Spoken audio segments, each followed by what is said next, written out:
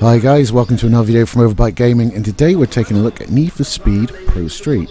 Now this is my absolute favourite Need for Speed game.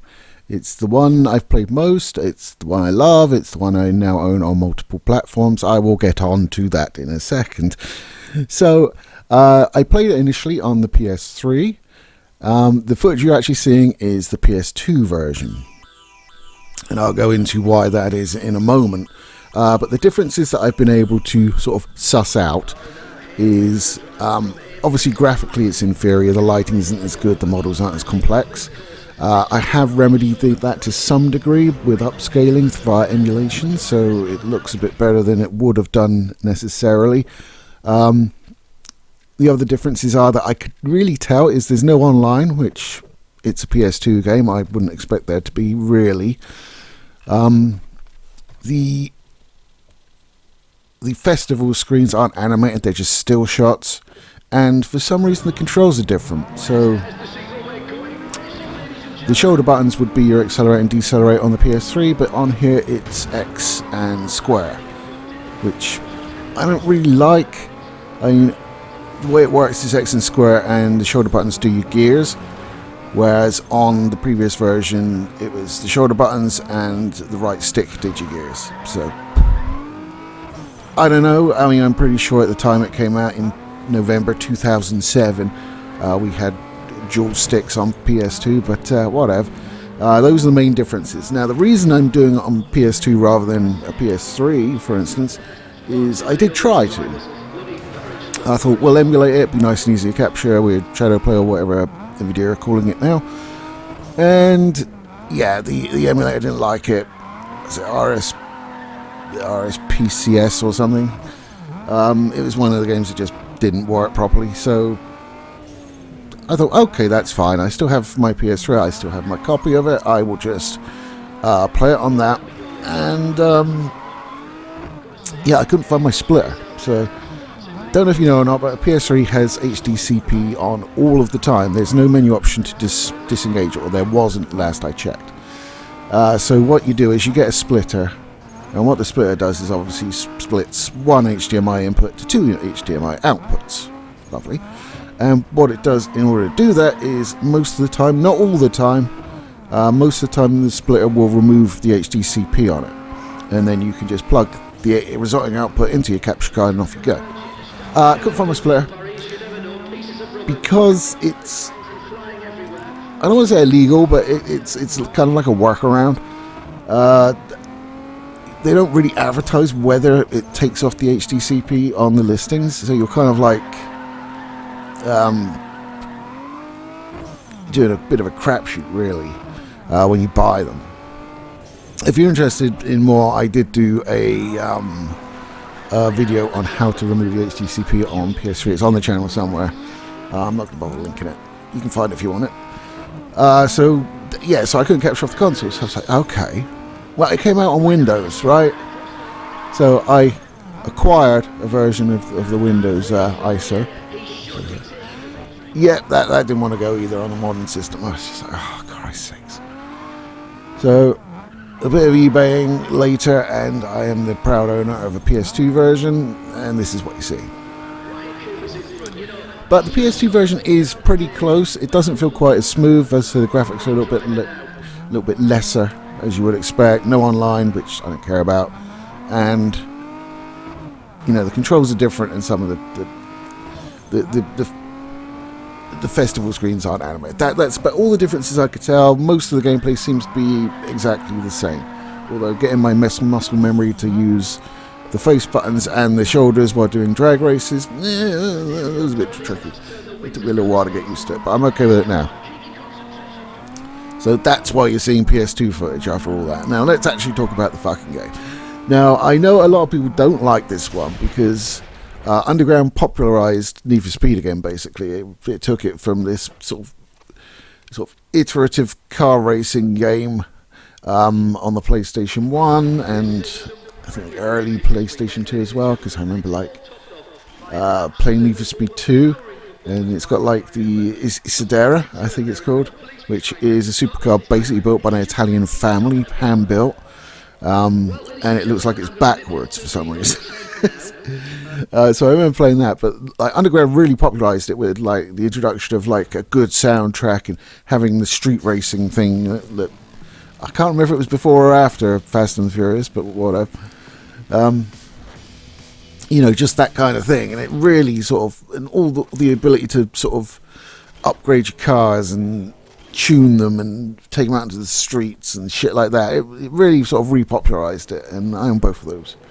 But this is the one for me that I like the best, because you still got that car upgrading stuff, but you don't have all the boring driving to races, which I really didn't like.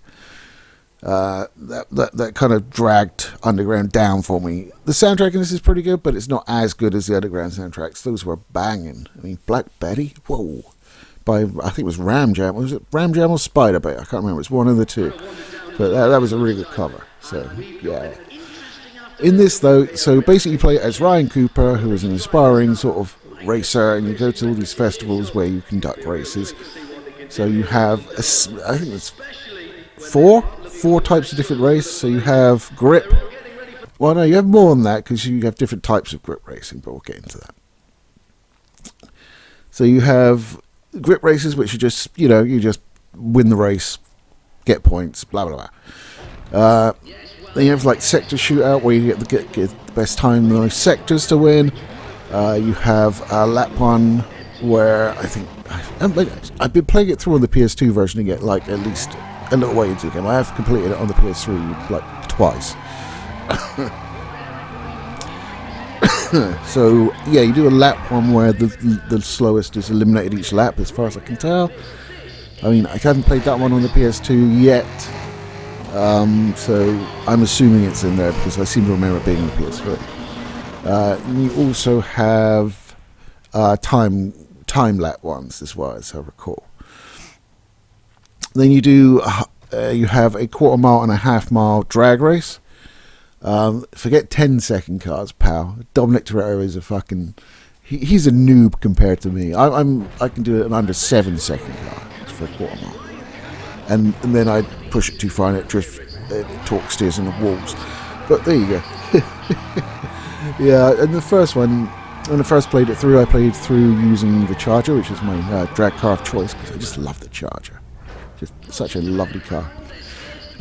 Probably a horrible car to drive because it's massive, but video game. And I had it down, and I was getting, I was closing on a fucking 6-second car or a 5-second car, whatever. I was like, yeah, let's get upgrade some more. Ruined it.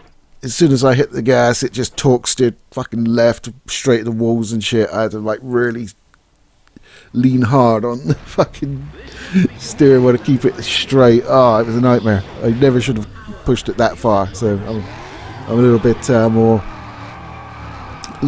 more cautious in the upgrading there. So yep, what happens is you in the drag races is you start by warming up your tires. So you basically stay still and create smoke off your tires, which gives you more grip because they're warmed up, and then you basically get a timer come down, and you need to put a foot on the accelerator and change your gear up as it hits the green, and you'll get a perfect one.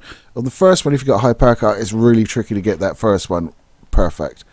It's more luck than judgment because it just goes up so fast.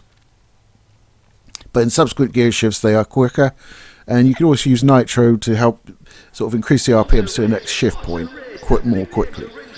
So as I say, you get a quarter mile and a half mile. So you will generally be redlining on the half mile because you'll work up through your gear so quickly you'll just be maxed out by the time you cross the line. Usually quite a bit earlier than that, but as long as you're at the top and you're in your last gear, it doesn't seem to blow the engine. Whereas if you do that on a lower gear, you could blow your engine, which just invalidates the run. And you get 3 attempts, and there are 3 or 4 other guys in there, I think it's 3, who are also going, and you just need to have the best time out of one run. So yeah. There is drift, which I am horrible at. Drift is my nightmare. I remember I could not beat the Drift King originally on the PS3, and I got my mate Ben to come around, and he did it for me because he's a real gearhead, and still is. So he was heavily into it and like knew exactly how to set the car up and to get the best results and all that shit. I don't bother with that. I just hold down the accelerator and pray don't slide off the track. So that's done, obviously, by getting your car as sideways as possible. You want to keep it sideways for as much of the track as you can. It's usually a curvy track, so it gives you that advantage. And it's all about maintaining speed and angle of the drift. And the better your angle, the more points you'll earn. And then at the end of 3 runs, whichever of the races you've got the most points wins. It's pretty self-explanatory. Getting it right, when you get it right, it feels great. When you fuck it up, it feels horrible because you're just fishtailing all over the fucking place. But yeah, it's drift racing. You need to be good, and even in games, you still need to be quite good. And I'm not quite good, but it's okay. I don't mind doing it. It's my least favourite event. And there's also speed races, which is just basically one long route, usually through the desert or somewhere like that. So you want to take your fastest car possible, which is generally where I put the money in for like a supercar, like a Ford GT or something like that. In drag, I usually go with American Muscle. Drift, I usually go with like a Nissan. I can't remember what it's called, but you know, a Nissan. We'll just leave it at that. Not the GTR, the other one. Because you know it's got a fair bit of pep and it corners nicely. You know, I think it's front wheel drive, off the top of my head. So it helps swing the back out basically. I think. I don't drive, so this is all could be wrong. So the speed ones I enjoyed. They're quite long though. They are fun, but there's nothing worse than like spending 5 minutes driving along the highway and just nicking this fucking rock and totaling yourself. So the way the damage works, you can have light damage, heavy damage, or being totaled. You can use money to repair it. It will just from the festival screen. Obviously, the higher damage, the more money it costs. If you've got a lot of money, it's not a problem though. You also have insurance tickets, where you will have like total and I think partial, something like that. There's 2 versions of it. And obviously you can use those tickets instead of money to repair, so you can use... I don't really use it that much, to be fair, because I'm good. And it's generally just light damage, so it's like $900 or something. It's like, well, I got fucking $1,600 for winning the race, whatever. One thing that is a bit weird in the game is to buy cars. You go to your garage and you can upgrade your cars, which is fine. You have blueprints for the cars.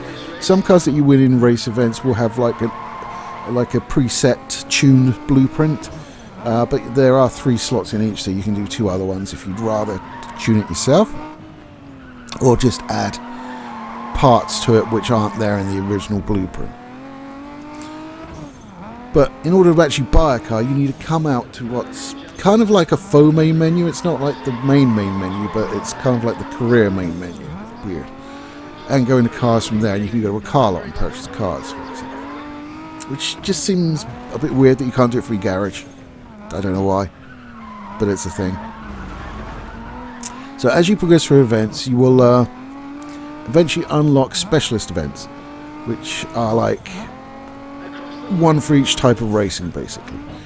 And once you've done those, you can challenge the king. And you have like a drift king, a speed king, and a grip king, and who's basically like the sub-boss of that racing event. So you go through, you beat them, and then you have like, I think it's Ryu Hayabusa, something like that. Japanese guy anyway, who's like the racing king.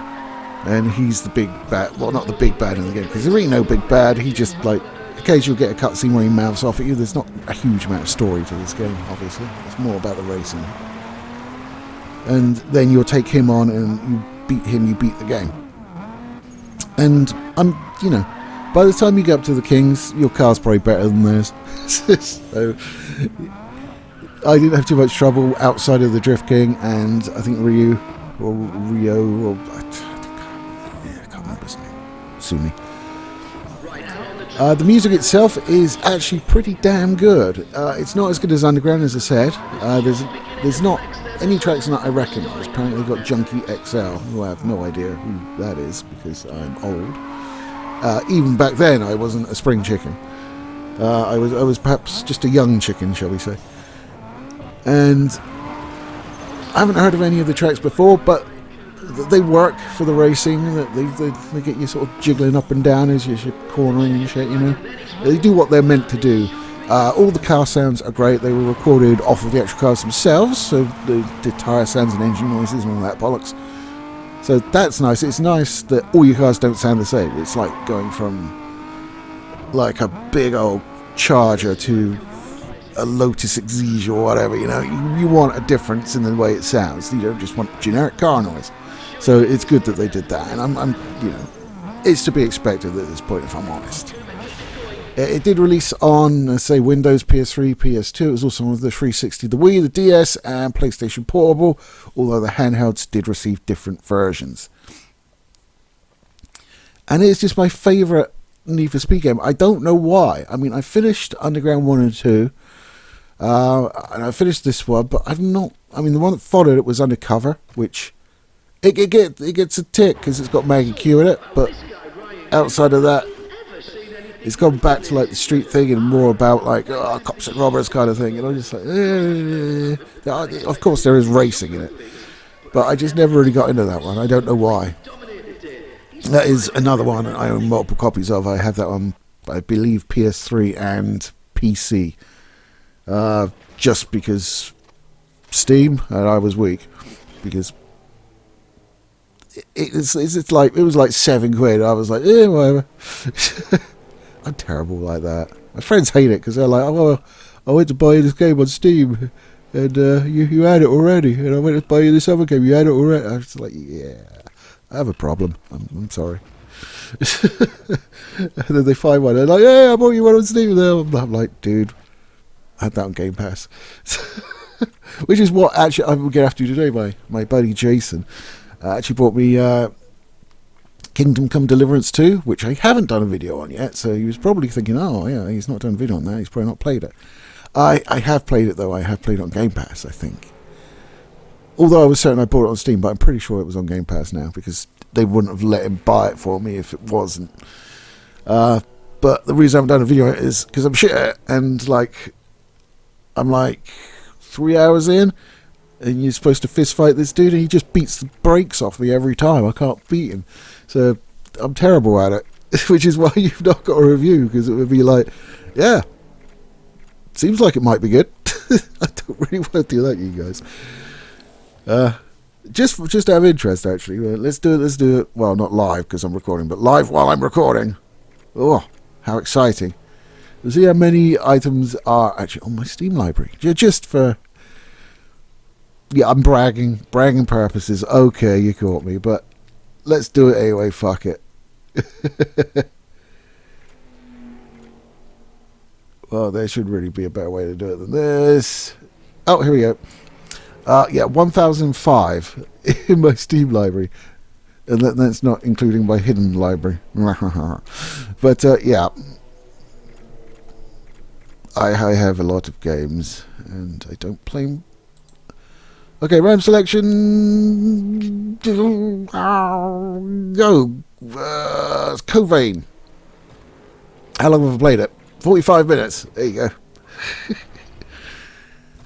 Oh well. Gives me fuel for when I need to do a video, I suppose. If I can't, there's no new releases or anything I'm interested in doing. But yeah, I'm divulging. Oh, let's get back. So, Need for Speed Prostreet. I know it wasn't everybody's cup of tea, but for me, that was my favourite one, just because I really... It just caught me, man. You ever have that type of thing where a game just catches you and you're like, I really like this? I can't give you any reason why I prefer it over Underground or, you know, any of the other Need for Speed games. It's just... something about it just caught me, and it was the one that I really, really got to like and play a lot of. Even now, I mean, I still play it on the PlayStation 3. So, I mean, it's kind of like 7 Days to Die, right? I mean, I started playing that, and it just caught me. And even now, and I know a lot of people don't like the changes that have been made, but I've done like over 1,000 hours. Because I like it. Actually, I'm trying after I finish recording and doing the video, I'm actually going to be playing Vane for the first time, so might get a video on that if I like it. You can probably get a video on that anyway because I bought it, so fuck it. I did actually discover Undisputed has de novo. That was a shocker. I went to like play it and it wanted to update de novo. I was like, you what? So uninstalled that. So well done, lads. Instead of playing a game, I uninstalled it. Why do people use that? That's ridiculous. Makes me want to go and pirate it just to piss them off. Anyway, I would never do such a thing because I'm a good law-abiding boy. Shh. Yes, we know. Shh. But anyway, that's my review of Need for Speed Prostreet. My favourite Need for Speed game. I just can't justify why, really. It's just a game that I really like and I wanted to play. And so I've played it and now I'm telling you about it. You probably won't like it, but I do. Because I know a lot of people were like, oh man, you've taken it, you've removed the open world. I don't like that. So that, next one they put the open world back. I did though. I didn't really like having to drive fucking places and deal with cops and shit like that. I was just like, I want to do racing. It's it's kind of like the Fast and Furious. Yeah, it's not. I guess it's not a coincidence that I buy the Charger and the Supra from my fucking cars. No. But the first one was about street racing, and then it kind of got progressively more about like crime. It was just like, you've kind of like gone a different direction here, and I'm not sure I'm down with it. So it's kind of like that, I guess. Anyway, guys, that's all from me for this week. Take it easy, and I'll catch you next time.